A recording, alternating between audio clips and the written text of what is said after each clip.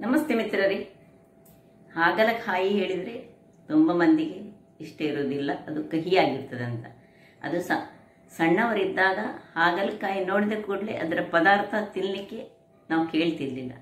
ಬೆಳೀತಾ ಬೆಳೀತಾ ಹಾಗಲಕಾಯಿಯ ಆರೋಗ್ಯಭರಿತ ಅಂಶಗಳನ್ನು ನೋಡುವಾಗ ಹಾಗಲಕಾಯಿಯನ್ನು ತಿಂದರೆ ದೇಹಕ್ಕೆ ಎಷ್ಟು ಉತ್ತಮ ಎಂಬುದು ಅರಿವಾದಾಗ ನಾವು ಅದರ ಪದಾರ್ಥಗಳನ್ನು ಹೆಚ್ಚು ಹೆಚ್ಚು ಸೇವಿಸ್ತೇವೆ. ಇವತ್ತು ನಾನು ಕರಾವಳಿ ಶೈಲಿಯ ಹಾಗಲಕಾಯಿಯ ಪುಳಿಮುಂಚಿ ಮಾಡಿದ್ದೇನೆ. ಹಾಗಲಕಾಯಿಯನ್ನು ಬೇರೆ ಬೇರೆ ರೀತಿಯಲ್ಲಿ ಉಪಯೋಗಿಸ್ತೇವೆ, ಬೇರೆ ಬೇರೆ ರೀತಿಯ ರೆಸಿಪಿಗಳನ್ನು ನಾವು ಮಾಡ್ತೇವೆ. ಇವತ್ತು ನಾನು ಮಾಡಿದಂತಹ ಒಂದು ರೆಸಿಪಿ ಅಥೆಂಟಿಕ್ ಆಗಿ ನಾವು ಕರಾವಳಿಯವರು ಮಾಡುವಂಥದ್ದು. ಹಾಗಾದರೆ ಈ ರೆಸಿಪಿಯನ್ನು ಹೇಗೆ ಮಾಡುವುದೆಂದು ನೋಡೋ ಮೊದಲು ಯಾರೆಲ್ಲ ನನ್ನ ಚಾನಲನ್ನು ನೋಡ್ತಿದ್ದೀರಿ, ಯಾರೆಲ್ಲ ಇನ್ನೂ ಸಬ್ಸ್ಕ್ರೈಬ್ ಮಾಡಿಲ್ಲ, ದಯವಿಟ್ಟು ಸಬ್ಸ್ಕ್ರೈಬ್ ಮಾಡಿ ಸಪೋರ್ಟ್ ಮಾಡಿ ಅಂತ ಹೇಳ್ತಾ ಬನ್ನಿ. ಈ ಒಂದು ಹಾಗಲಕಾಯಿಯ ರುಚಿಕರವಾದ, ಅದು ಸಹ ಮೊದಲನೇ ದಿನಕ್ಕಿಂತ ಮಾಡಿದ ಮರು ದಿವಸ ಅದರ ರುಚಿ ಎನ್ಹೆನ್ಸ್ ಆಗ್ತದೆ. ಹಾಗಿರುವಾಗ ಬನ್ನಿ ಹೇಗೆ ಮಾಡುವುದೆಂದು ನೋಡೋಣ. ನಮಸ್ತೆ ಮಿತ್ರರೇ. ಇವತ್ತು ಹಾಗಲಕಾಯಿಯನ್ನು ಬಳಸಿ ಒಂದು ಪುಳಿಮುಂಚಿ ಮಾಡೋಣ. ಕೆಲವು ಸಾಮಗ್ರಿಗಳನ್ನು ಉಪಯೋಗಿಸಿ ಮಾಡುವಂತಹದ್ದು ಬಹಳ ಸುಲಭ ಮತ್ತು ಅತ್ಯಂತ ರುಚಿಕರವಾಗಿ ಬರ್ತದೆ. ಇಲ್ಲಿ ನೋಡಿ, ಒಂದು ಹಾಗಲಕಾಯಿ ತೆಗೆದುಕೊಂಡಿದ್ದೇನೆ. ಒಂದು ಹಾಗಲಕಾಯಿಗೆ ಒಂದು ಅರ್ಧ ಸಾಕಾಗ್ತದೆ ನೀರುಳ್ಳಿ. ಇವತ್ತು ಬಿಂಬುಳಿಯನ್ನು ಯೂಸ್ ಮಾಡ್ತಿದ್ದೇನೆ. ಸಪೋಸ್ ಬಿಂಬುಳಿ ಯೂಸ್ ಮಾಡೋದಿದ್ದರೆ ನಾವು ಒಂದಿಷ್ಟು ಹುಳಿ ಬೇಕಾಗ್ತದೆ ಈ ಪುಳಿ ಮುಂಚಿಗೆ. ಸೊ ಈ ಬಿಂಬುಳಿಯನ್ನು ಹಾಕೋದ್ರಿಂದಾಗಿ ನಾವು ಹುಳಿಯನ್ನು ಹಾಕೋದು ಬೇಡ, ಇದುವೇ ಹುಳಿ ಇರ್ತದೆ, ತುಂಬ ಹುಳಿ. ಸೊ ಇದಾದಮೇಲೆ ಇಲ್ಲಿ ನೋಡಿ 6 ರಿಂದ 7 ಬ್ಯಾಡಿಗೆ ಮೆಣಸು ತೆಗೆದುಕೊಂಡಿದ್ದೇನೆ. ನಾನು ಬೇರೆ ಖಾರಕ್ಕೆ ಬೇರೆ ಊರ ಮೆಣಸು ಯಾವ ಸಹ ತಗೊಳ್ತಿಲ್ಲ. 4 ಬೆಳ್ಳುಳ್ಳಿ ಎಸಳು, 1/4 ಚಮಚದಷ್ಟು ಮೆಂತೆ, 1 ಚಮಚದಷ್ಟು ಜೀರಿಗೆ, 2 ಚಮಚದಷ್ಟು ಅಂದರೆ ಟೀ ಸ್ಪೂನ್ಗಳಷ್ಟು ಕೊತ್ತಂಬರಿಯ ಬೀಜ, ಮತ್ತು ಹಳದಿ ಬೇಕು, 1.5 ಚಮಚದಷ್ಟು ನಮಗೆ ಸಾಸಿವೆ ಬೇಕು. ಇದರಲ್ಲಿ ಅರ್ಧ ಚಮಚ ಗ್ರೈಂಡಿಂಗಿಗೆ ಬೇಕು, ಮತ್ತು 1 ಚಮಚ ನಾವು ಅದಕ್ಕೆ ಒಂದು ಒಗ್ಗರಣೆ ಕೊಡುವಾಗ ಬೇಕು, ಮತ್ತು ಎಣ್ಣೆ, ತೆಂಗಿನ ಎಣ್ಣೆ. ಈಗ ಮೊದಲಿಗೆ ನಾವು ಏನು ಮಾಡೋ ಹೇಳಿದರೆ, ಈ ಹಾಗಲಕಾಯಿಯನ್ನು ಇದರದ್ದು ಹೀಗೆಲ್ಲ ಏನು ತೆಗೆಯೋದು ಬೇಡ, ಜಸ್ಟ್ ಹೀಗೆ ಕಟ್ ಮಾಡಿಕೊಂಡು ಇದನ್ನು ಸಣ್ಣದಾಗಿ ಹೆಚ್ಚಿಟ್ಕೊಳ್ತೇನೆ. ಅಂದರೆ ತುಂಬ ಸಣ್ಣ ಸಲ್ಲ, ಇದರ ಬೀಜ ತೆಗೆದುಕೊಳ್ಳೋಣ. ನೋಡಿ, ತುಂಬ ಎಳೆಯದಾಗಿ ಉಂಟು. ಕೆಲವರು ಬೀಜ ಇಟ್ಟು ಸಹ ಮಾಡ್ತಾರೆ, ಅದು ತುಂಬ ಕಹಿ ಬರ್ತದೆ. ಮತ್ತು ನಾವು ಸ್ವಲ್ಪ ಬೆಲ್ಲ ಬೇಕಾಗ್ತದೆ. ಬೆಲ್ಲ ನಾನು ತೋರಿಸ್ತಿಲ್ಲ, ಬೆಲ್ಲ ಅಗತ್ಯ ಉಂಟು. ಉಪ್ಪು, ಹುಳಿ, ಖಾರ, ಅದರೊಟ್ಟಿಗೆ ಸಿಹಿ ಅಂತಹ ಒಂದು ಈ ಪುಳಿ ಮುಂಚೆಯನ್ನು ಮಾಡ್ತಿದ್ದೇನೆ. ಇದು ಎಲ್ಲ ನೋಡಿ, ಇಲ್ಲಿ ಈ ಸೈಡಲ್ಲಿ ಇದು ಬೆಳೆದಿದೆ ಸ್ವಲ್ಪ. ಇದನ್ನು ಈಗ ಸಣ್ಣದಾಗಿ ಹೆಚ್ಚಿಕೊಳ್ಳೋಣ. ತೋರಿಸ್ತೀನಿ ಎಷ್ಟು ದೊಡ್ಡದು ಬೇಕು ಹೇಳಿ. ಆಮೇಲೆ ನೋಡಿ, ಇಷ್ಟಿಷ್ಟು ದೊಡ್ಡದು ನಮಗೆ ಬೇಕು. ಇಷ್ಟನ್ನೆಲ್ಲ ಕಟ್ ಮಾಡ್ಕೊಳ್ತೇನೆ ಮೊದಲಿಗೆ. ಇಲ್ಲಿ ನೋಡಿ, ಇಷ್ಟಿಷ್ಟು ದೊಡ್ಡ ಹೋಳುಗಳ ಕಟ್ ಮಾಡಿದೆ. ಈಗ ಇದಕ್ಕೆ ಸ್ವಲ್ಪ ಉಪ್ಪನ್ನು ಹಾಕೊಳ್ಳೋಣ. ಉಪ್ಪನ್ನು ಹಾಕ್ಕೊಂಡು ಒಂದು 5 ನಿಮಿಷ ಹೀಗೆ ಇಡುವ. ಇಲ್ಲಿ ನೋಡಿ, ಬಿಂಬುಳಿ ಕಟ್ಟಾಯಿತು ಮತ್ತು ಈ ನೀರುಳ್ಳಿಯನ್ನು ಕಟ್ ಮಾಡಿಟ್ಕೊಂಡೆ. ಬಿಂಬುಳ್ಳಿ ಒಂದು 8 ತೆಗೆದುಕೊಂಡಿದ್ದೇನೆ ನಾನು. 6 ಅಥವಾ 8 ತೆಗೆದುಕೊಂಡ್ರೆ ಆಯಿತು. ಇಲ್ಲದಿದ್ದರೆ ಇಷ್ಟು ದೊಡ್ಡ ಒಂದು ಹುಳಿಯನ್ನು ತೆಗೆದುಕೊಳ್ಬೇಕು, ಬಿಂಬುಳಿ ಇಲ್ಲದಿದ್ದರೆ. ಈಗ ಮೊದಲಿಗೆ ನಾವೊಂದು ಗ್ಯಾಸನ್ನು ಉರಿಸಿಕೊಂಡಿದ್ದೇನೆ. ಇನ್ನೀಗ ಇದಕ್ಕೆ ಕೇವಲ ಒಂದೇ ಒಂದು ಸಣ್ಣ ಸ್ಪೂನ್ನಷ್ಟು ಎಣ್ಣೆಯನ್ನು ಹಾಕೊಂಡಿದ್ದೇನೆ. 7 ರಿಂದ 8 ಬ್ಯಾಡಗಿಯ ಮೆಣಸು. ಇದನ್ನೀಗ ಚೆನ್ನಾಗಿ ಹುರಿದುಕೊಳ್ಳೋಣ. ಅದರೊಟ್ಟಿಗೆ ಸ್ವಲ್ಪ ಕರಿಬೇವಿನ ಸೊಪ್ಪನ್ನು ಹಾಕೊಳ್ಳೋಣ.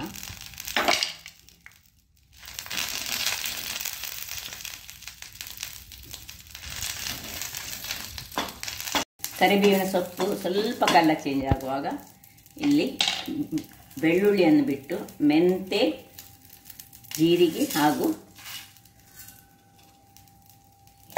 ಕೊತ್ತಂಬರಿಯ ಬೀಜ ಇಷ್ಟನ್ನು ಹಾಕೊಳ್ತಿದ್ದೇನೆ. ಉರಿ ಸಣ್ಣದಿರಬೇಕು. ಇದು ಹೆಚ್ಚು ಫ್ರೈ ಆಗೋದು ಬೇಡ, ಚೂರು ಫ್ರೈ ಆದರೆ ಸಾಕು. ಇನ್ನು ಕೊನೆಯಲ್ಲಿ ಈ ಬೆಳ್ಳುಳ್ಳಿ 3 ಬೆಳ್ಳುಳ್ಳಿಯನ್ನು ಹಾಕ್ಕೊಳ್ತಿದ್ದೇನೆ. ಇನ್ನು ಸ್ವಲ್ಪ ಹಳದಿಯ ಪೌಡರ್, ಒಂದು ಅರ್ಧ ಚಮಚದಷ್ಟು ಹಳದಿಯ ಪೌಡರ್. ಇಷ್ಟನ್ನು ಹಾಕ್ಕೊಂಡು ನಾವು ಇದನ್ನು ಆಫ್ ಮಾಡಿಕೊಂಡು ಸ್ವಲ್ಪ ತಣ್ಣಗಾಗಲಿಕ್ಕೆ ಬಿಡೋಣ. ಮಸಾಲೆ ತಣ್ಣಗಾಗ್ತಿರುವಾಗ ಇಲ್ಲಿ ನೋಡಿ, ನಾವು 5 ನಿಮಿಷಗಳ ಕಾಲ ಆಯ್ತಿದ್ದು ಉಪ್ಪು ಹಾಕಿಟ್ಟುಕೊಂಡು ಇದಕ್ಕೆ ಸ್ವಲ್ಪ ನೀರನ್ನು ಹಾಕ್ಕೊಳ್ತಿದ್ದೇವೆ. ನೋಡಿ, ಹೆಚ್ಚು ಹೊತ್ತು ಬೇಡ ಇಡೋದು, 5 ನಿಮಿಷ ಸಾಕು. ತುಂಬ ಕಹಿ ಹೋಗಬಾರ್ದು, ನಮಗೆ ಸ್ವಲ್ಪ ಕಹಿ ಸಹ ಬೇಕು. ಹಾಗೆಲ್ಲ ಕಾಯಿ ಹೇಳಿದ ಮೇಲೆ ಕಂಚಲ ಹೇಳಿದರೆ ಅದರಲ್ಲಿ ಕಹಿ ಇರಲೇಬೇಕು. ಸ್ವಲ್ಪ ಹೀಗೆ ಮಾಡಿಕೊಂಡು ಇದರಲ್ಲಿ ಈ ಹುಳ ಎಲ್ಲ ಏನಾದರೂ ಒಳಗಿಂದ ಇದ್ದರೆ ಆ ಒಂದು ಹುಳ ಹೊರಗೆ ಹೋಗಲಿ ಹೇಳಿ ನಾವು ಉಪ್ಪನ್ನು ಹಾಕಿಟ್ಟುಕೊಳ್ಳೋದು. ಈಗ ಇದನ್ನು ಹೀಗೆ ಹಿಂಡಿ ತೆಗೆದುಕೊಳ್ಳೋಣ. ಒಂದು ಪಾತ್ರೆಗೆ ಹಾಕ್ಕೊಳ್ತಿದ್ದೇನೆ.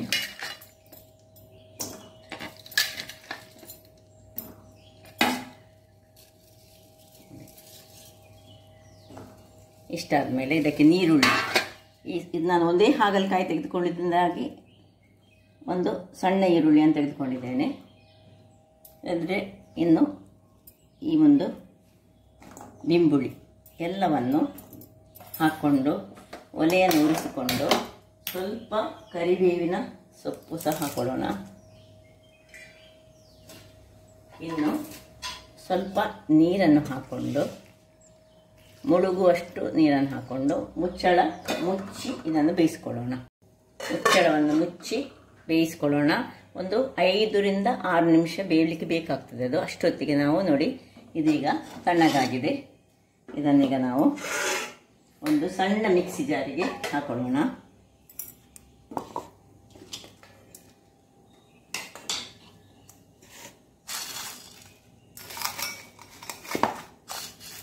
ಹೀಗೆ ಮಸಾಲೆಗಳು ಪಕ್ಕ ತಣ್ಣಗಾಗ್ತದೆ. ಇದು ಸ್ವಲ್ಪ ಮಸಾಲೆ ಅಲ್ಲ, ತುಂಬ ಮಸಾಲೆ ಆಗುವಾಗ ತಣ್ಣಗಾಗಲಿಕ್ಕೆ ತುಂಬ ತಾಣ್ ಹಿಡಿತದೆ. ಇದಕ್ಕೆ ಇದನ್ನು ಸುರಿಗೆ ಸ್ವಲ್ಪ ಪೌಡರ್ ಮಾಡ್ಕೊಳ್ಳೋಣ. ವೀಕ್ಷಕರೇ, ಇಲ್ಲಿ ನೋಡಿ, ಇಷ್ಟು ಪೌಡರ್ ಆಯಿತು. ಈಗ ಸಪೋಸ್ ನೀವು ಬೆಂಬುಳಿ ಹಾಕದಿದ್ರೆ ಹುಳಿಯನ್ನು ಈ ಹೊತ್ತಿಗೆ ಹಾಕ್ಕೊಂಡು ನಾವು ಇದಕ್ಕೆ ಒಂದು ಅರ್ಧ ಲೋಟಗಳಷ್ಟು ನೀರನ್ನು ಹಾಕಿ ಇನ್ನು ಒಳ್ಳೆ ಫೈನಾದ ಪೇಸ್ಟನ್ನು ಮಾಡಿ ತರೋಣ. ಒಂದು ವೀಕ್ಷಕರೇ, ಇಲ್ಲಿ ನೋಡಿ ಏನು ಚೆನ್ನಾಗಿ ಬಂತು ನೋಡಿ. ಹೀಗೆ ಬರಬೇಕು, ಇಷ್ಟು ಫೈನಾದ ಪೇಸ್ಟ್ ಆಗಬೇಕು. ಈಗ ಇಲ್ಲಿ ನೋಡಿ, ಇದು ಸಾಧಾರಣ ಬೇಯ್ತಾ ಬಂತು. ಈಗ ಇದಕ್ಕೆ ಒಂದು ರುಚಿಗೆ ತಕ್ಕಷ್ಟು ಉಪ್ಪು ಹಾಕೊಳ್ಳೋಣ. ಸ್ವಲ್ಪ ನೋಡಿಕೊಂಡು ಹಾಕ್ಕೊಳ್ಬೇಕು, ಯಾಕೆ ಹೇಳಿದರೆ ಸ್ವಲ್ಪ ಉಪ್ಪಲ್ಲಿ ನಾವು ಅದನ್ನು ತಿರುಗಿಸಿಕೊಂಡಿದ್ದೇವೆ. ಇನ್ನು ಬೆಲ್ಲ, ಒಂದು 25 ಗ್ರಾಮ್ಸ್ನಷ್ಟು ಬೆಲ್ಲ ಬೇಕಾಗ್ತದೆ. ಬೆಲ್ಲ ಹಾಕ್ಕೊಂಡು ಇದು ಸಿಹಿ ಮತ್ತು ಹುಳಿ ಮಿಶ್ರಿತವಾಗಿರ್ತದೆ. ಅದರಿಂದಾಗಿ ಈಗ ಇಷ್ಟು ಇದನ್ನು ಹೀಗೆ ತಿರುಗಿಸಿಕೊಂಡು ಏನು ಮಸಾಲೆ ಮಾಡಿದ್ದೇವೆ ನೋಡಿ, ಇದನ್ನು ಸಹ ಇದಕ್ಕೆ ಹಾಕೊಳ್ಳೋಣ.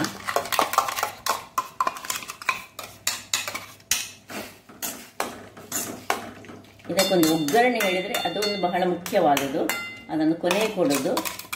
ಒಂದು ಎಣ್ಣೆ ತುಂಬ ಬೇಕದಕ್ಕೆ, ತೆಂಗಿನ ಎಣ್ಣೆಯಲ್ಲಿ ಕೊಟ್ಟರೆ ಬಹಳ ಚೆನ್ನಾಗಿ ಬರ್ತದೆ. ಈಗ ಇದಕ್ಕೆ ಸ್ವಲ್ಪ ನೀರನ್ನು ಹಾಕ್ಕೊಂಡು ನಾವು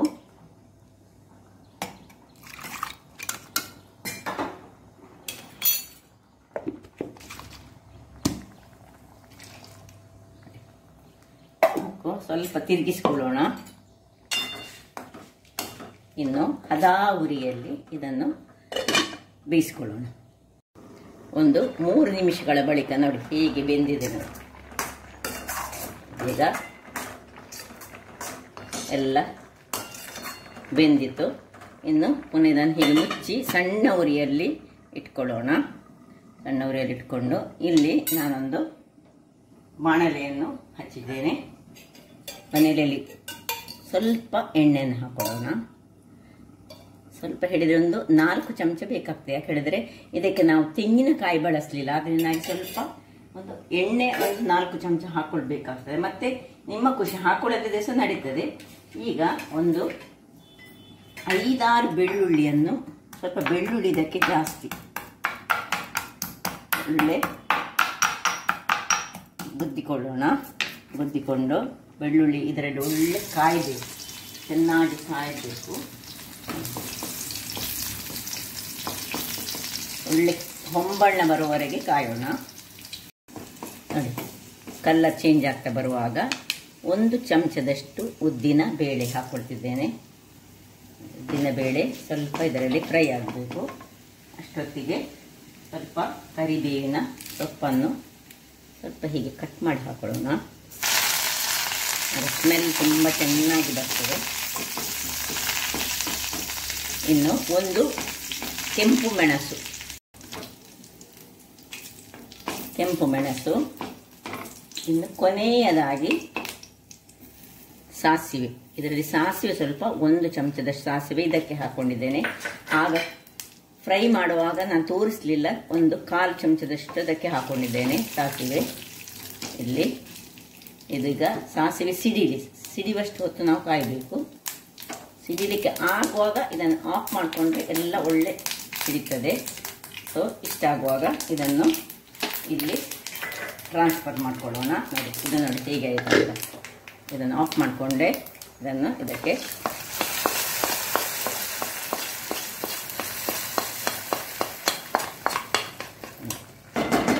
ಇನ್ನೂ ಸಹ ನಾನು ಆಫ್ ಮಾಡಿಕೊಳ್ಳಿಲ್ಲ. ಈ ಒಗ್ಗರಣೆ ಒಟ್ಟಿಗೆ ಇದು ಸ್ವಲ್ಪ ಹೊತ್ತು ಇನ್ನು ಸಹ ಸಿಮ್ಮಲ್ಲಿ 1-2 ನಿಮಿಷ ಬೇಯಿಕೊಳ್ಬೇಕು. ಒಗ್ಗರಣೆ ಹಾಕಿ 1 ನಿಮಿಷ ಇದನ್ನು ಹೀಗೆ ಕುದಿಸಿದ್ದೇನೆ, ಸಾಕು. ಇಷ್ಟಾಗುವಾಗ ಇದನ್ನು ಆಫ್ ಮಾಡ್ಕೊಳ್ತಿದ್ದೇನೆ. ಈ ಹಾಗಲಕಾಯಿಯ ಪುಳಿ ಮುಂಚಿ ಮರುದಿವಸಕ್ಕಂತೂ ಸೂಪರ್ಬ್ ಟೇಸ್ಟ್ ಅನ್ನು ಕೊಡುವಂಥದ್ದು. ಆಯಾಯ ದಿನಕ್ಕಿಂತ ಮರುದಿವಸ ಇದು ಬಹಳ ರುಚಿಕರವಾಗಿ ಬರುವಂಥದ್ದು. ನೋಡಿ ಹೇಗೆ ಬಂತು ನೋಡಿ, ಬಹಳ ಟೇಸ್ಟಿಯಾಗಿ ಬರ್ತದೆ. ಸೈಡ್ ಡಿಶ್ ಆಗಿ ಇದನ್ನು ನಾವು ಯೂಸ್ ಮಾಡ್ಕೊಳ್ಬೋದು. ಆರೋಗ್ಯಕ್ಕೆ ಸಹ ಬಹಳ ಉತ್ತಮವಾಗಿರ್ತದೆ. ಅದರಿಂದಾಗಿ ಏನು ಕಹಿಯನ್ನೆಲ್ಲ ತುಂಬ ತೆಗೆದುಕೊಳ್ಬೇಕಂತ ಏನಿಲ್ಲ. ಈ ರೀತಿಯಲ್ಲಿ ಮಾಡಿದರೆ ಒಮ್ಮೆ ಮಾಡಿ ನೋಡಿ. ಇದು ಕರಾವಳಿ ಶೈಲಿಯ ಒಂದು ಹಾಗಲಕಾಯಿಯ ಪುಳಿ ಮುಂಚಿ ಬಹಳ ಟೇಸ್ಟಿಯಾಗಿ ಬರುವಂತಹದ್ದು. ಹಾಗಾದರೆ ನೋಡಿದ್ರಲ್ಲ ವೀಕ್ಷಕರೇ, ರುಚಿಕರವಾದ ಹಾಗಲಕಾಯಿಯ ಒಂದು ಪುಳಿ ಮುಂಚಿ ರೆಡಿಯಾಗಿದೆ. ನನ್ನ ಈ ಕುಕಿಂಗ್ ಚಾನಲ್ ನಿಮಗೆ ಇಷ್ಟ ಆದರೆ ಬೋಳೂರು ಸುವರ್ಣ ಚಾನಲನ್ನು ಲೈಕ್ ಮಾಡಿ, ಶೇರ್ ಮಾಡಿ ಹಾಗೂ ಸಬ್ಸ್ಕ್ರೈಬ್ ಮಾಡಿ. ಹಾಗೂ ನನ್ನ ಇನ್ಸ್ಟಾಗ್ರಾಮ್ ಪೇಜನ್ನು ಫಾಲೋ ಮಾಡಿ. ಧನ್ಯವಾದಗಳು.